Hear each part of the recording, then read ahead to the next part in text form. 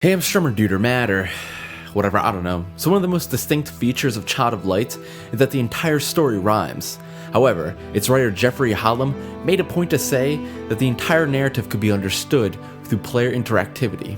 Hallam wrote the majority of the game in ballad form, something inspired from one of his favorite poems, The Rime of the Ancient Mariner. Its late 18th century writer, Samuel Taylor Coleridge, used the rhyme scheme as well as other literary devices such as repetition and archaic vocabulary to help establish and evolve the story's tone. So too does the designers use gaming's unspoken interactivity and the conventions of JRPGs to relay themes and motifs. The fairy tale at the heart of Child of Light focuses on Aurora, the young daughter of a duke in 1895 Austria. Upon her apparent death, she awakens in Lemuria, a magical kingdom she believes to be a dream. Her initial goal is to simply find a way home to her father, but Aurora's journey through the hidden land helps her grow from a little girl to a young woman ready to earn the right to sit at a kingdom's throne. The developers use the JRPG model to mechanically assist in telling the coming-of-age story. The relaxed, turn-based format allows for measured deliberation, a metaphor for the issues normal people face in everyday life. The main characters also greatly fear the griffins and spiders they must face in battle, but despite their fears, they confront the obstacles head-on, getting hurt while learning the best way to deal with them. Of course, XP gained from battle literally figures as a life experience, as Aurora actually ages as she tackles more challenges. A major motif surrounding growth in Lemuria concerns going against the grain and breaking tradition. During her journey, Aurora collects pages of a confession. The first half is written in perfect sonnet form and talks about the history of the world, seemingly from the point of view of the Queen of Light. She sounds dissatisfied with life in Lemuria. The lost continent seems founded on a fear of new ideas and cultures, leading to a state of isolationism and classism. The sentiment is confirmed during the final battle against the Queen of Darkness, Umbra. Aurora calls Lemuria a failed country, and to start anew, she will place the land's future in the hands of every tribe. To establish such an idea through mechanics, while also making it more human, the developers repurposed 2D conventions like they did with the JRPG model. As with most 2D games, Aurora begins her journey by heading to the right.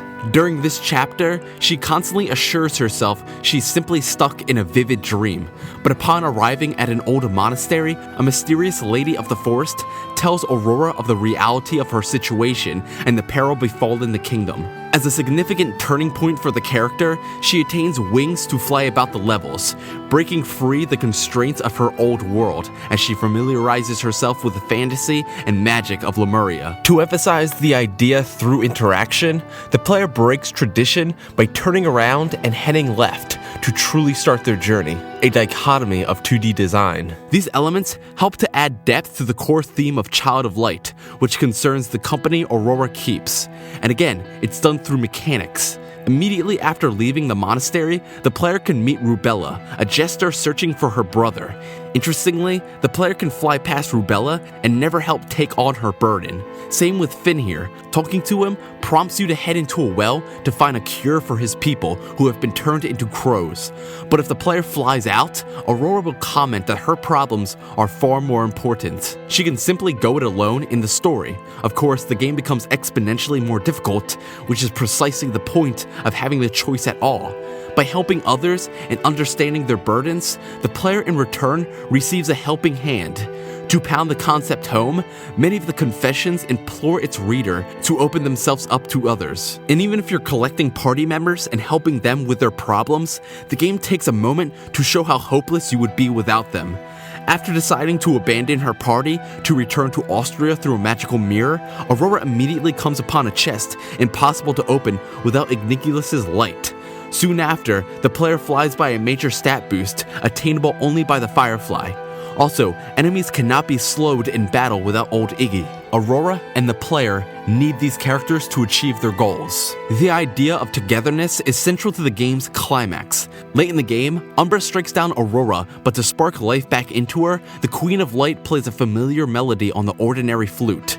The instrument was given to Aurora back in the old monastery, and whenever characters felt disenfranchised with their fate, Aurora would play the melody to soothe their sorrows. But unlike Link's ocarina, the flute isn't magical. It's of course ordinary. As the melody plays throughout the land, Lemuria's citizens come out to unite and rally behind Aurora. No matter their tribe, they join together to lend their support for the Child of Light, and Aurora manages to wake up from her death. The confessions speak of a secret which brings light to the world. The climactic scene illustrates perhaps the secret is the power of art in society. In describing some French philosophy, Yohalem highlighted the importance of using culture as a means of understanding, allowing different peoples to find commonalities between one another. Further emphasis can be found in the characters' backstories. The party members themselves, who come from all walks of life, share a desire to return to their vision of home only to be exiled. Together, they defy traditions and bring light to Lemuria to make a new home for themselves.